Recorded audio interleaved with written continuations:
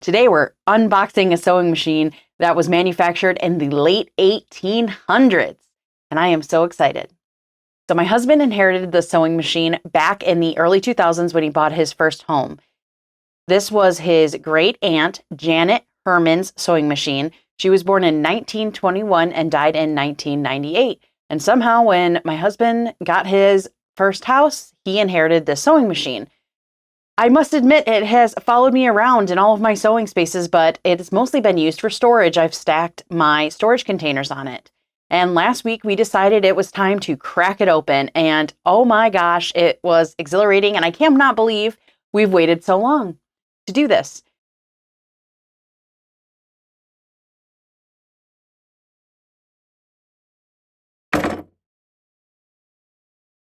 So we were able to look at the serial number, and then I was able to thank you Alibaba for showing me this amazing website that I could date it on. And it was dated sometime in the 1880s, which is so cool because it's literally like exactly 100 years older than me, which was wild. As most of you know, I really enjoy making quilt blocks that are old. I've made some from like the 1930s and the 1940s from the, my random quilt block series. And I love kind of doing things that connect me through history, a thread to history, if you will. And opening this machine and even just smelling what the paperwork smells like and seeing this piece of history, it feels really, really special to me. It feels unreal that I can be touching something that was made in the 1800s. It's still working, and I am going to be so honored to sew on this machine someday. I think that the machine is in pretty good shape, and I'm going to insert some footage right here.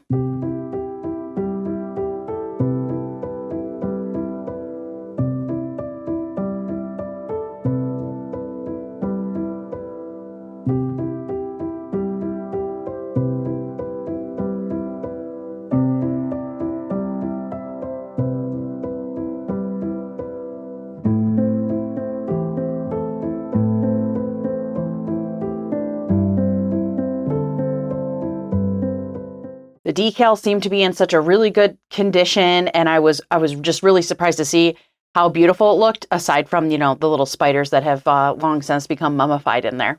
But, that's okay. So as soon as he opened it up, he decided he was going to give it a go and step on that treadle machine, treadle foot. I always want to say treadle like beetle, but I think it's treadle. But anyway, he got on there and it worked for about 3 seconds, and then you can see the little leather rope snap, and then that was that.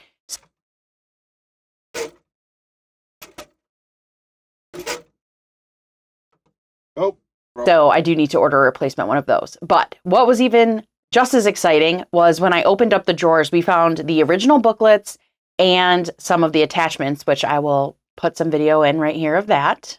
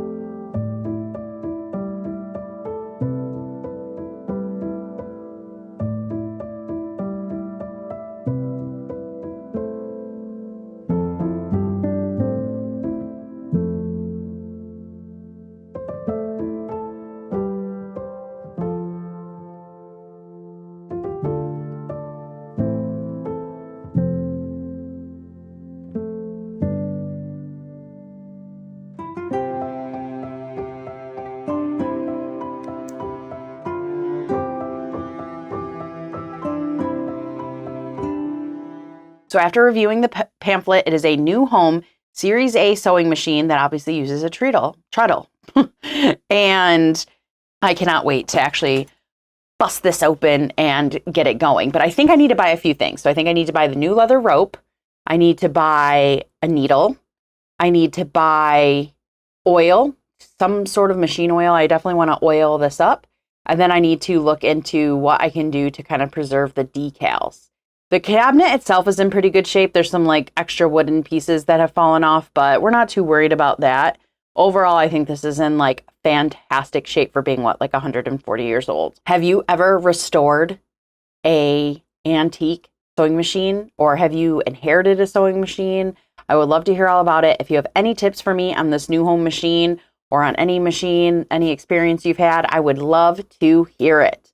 Okay, I'm going to keep you updated. I'm going to order my supplies. I'm going to talk to my mother-in-law and see if she knows any more information about Janet, how Janet got the machine, if Janet liked to sew. We don't really know much about her. All I was able, when I Googled her, I couldn't even find her obituary or anything, but I could just find a picture of her gravesite. So hopefully I can get some more information on Janet and get this machine greased up, fixed up, and I will show you that process as I go, if that interests you.